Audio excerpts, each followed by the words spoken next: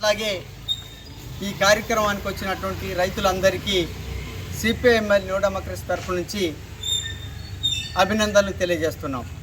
గత వారం రోజుల నుంచి తెలంగాణ రాష్ట్ర వ్యాప్తంగా భారీ ఎత్తున తుఫాను వర్షం అనేటువంటిది రావటం అనేటువంటి జరిగింది. ఏజెన్సీ ప్రాంతమైనటువంటి ఇల్లెందు ప్రాంతంలో ముఖ్యంగా రైతాంగం మొక్కజొన్న పంట వేశారు, అట్లాగే పత్తి వేశారు, అలాగే వరి వేశారు. వరి మొత్తం ఈ వర్షంతో నేలమట్టం అయింది. మొక్కజొన్న తడిసిపోయి మొక్కొచ్చినటువంటి ఒక పరిస్థితి అనేటువంటిది ఏర్పడ్డది. పత్తి గుడ్డి పత్తిగా మారిపోయినటువంటి ఒక స్థితి ఏర్పడ్డది. ఈ స్థితిలో మేము ప్రభుత్వాన్ని కోరాం, అయ్యా రైతు తరపున ఆలోచిస్తానన్నావు, అధికారంలోకి వచ్చే ముందు నువ్వు ఏదైతే వాగ్దానం చేశావో ఆ వాగ్దానాల ప్రకారం రైతును ఆదుకోమని చెప్పి మేము డిమాండ్ చేశాం. రైతు తరపున కలెక్టర్ గారికి రిప్రజెంట్ చేశాం, అలాగే ఎంఆర్ఓ గారికి రిప్రజెంట్ చేశాం.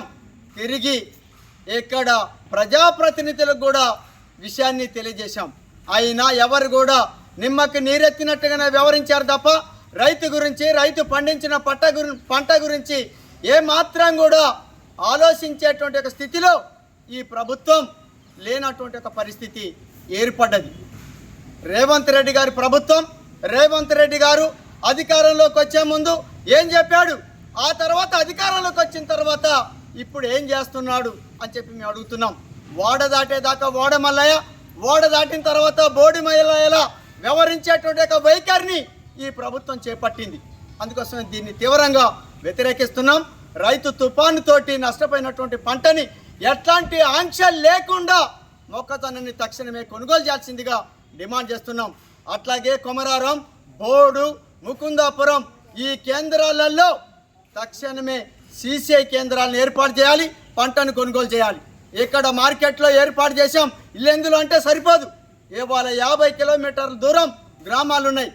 అక్కడి నుంచి ఇక్కడికి తెచ్చుకుంటేందుకు ఎంత ఇబ్బంది పడుతున్నారు. ఇక్కడికి వచ్చిన తర్వాత మ్యాచర్ లేదని చెప్పి రకరకాల కారణంతో ప్రభుత్వ అధికారులు, మార్కెట్ అధికారులు అందరూ రైతుని దివాలా దీపించేటువంటి ఒక వైఖరి చేపట్టి మళ్ళీ తిరిగి మార్కెట్కి సరుకు రాకుండా ప్రైవేటు వ్యాపారుల వైపు వెళ్ళిపోయేటువంటి విధంగా ఇవాళ మార్కెట్ అధికారులు వ్యవహరిస్తున్నారు. అందుకోసమే దీన్ని తీవ్రంగా ఖండిస్తున్నాం.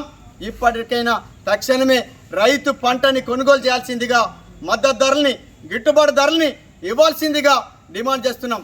ఇట్లాంటి ఒక వైఖరి, ద్వంద్వ వైఖరిని అనుసరిస్తూ వ్యాపారస్తులకి కొమ్ముగాసేటువంటి ఒక వైఖరిని చేపడుతూ మధ్య దళారులకి మద్దతు తెలియజేసేటువంటి ఒక వైఖరి కొనసాగితే మాత్రం రైతాంగ తిరుగుబాట్లు ముందుకొస్తాయి. ఇక్కడున్న రాజకీయ పార్టీల్ని, అన్ని రైతు సంఘాల్ని ఐక్యం చేసి ఈ ప్రభుత్వానికి, పాలకులకి, ఈ పరిపాలన చేసేటువంటి అధికారులకి వ్యతిరేకంగా బలమైనటువంటి ఒక ఉద్యమాల్ని చేపడతామని చెప్పి స్పష్టపరుస్తున్నాం. ఇప్పటికైనా సావధానంతో, సదుద్దేశంతో మార్కెట్ అధికారులు రైతుని రక్షించేటువంటి వైపు ఆలోచించమని చెప్పి కోరుతున్నాం. అట్లాంటి వైఖరి కాకుండా రైతుని నష్టపరిచే వైఖరి కొనసాగిస్తే మాత్రం ప్రజా ఉద్యమాన్ని తీవ్రతరం చేస్తామని చెప్పి ప్రభుత్వాన్ని, పాలకుల్ని హెచ్చరిస్తున్నాం.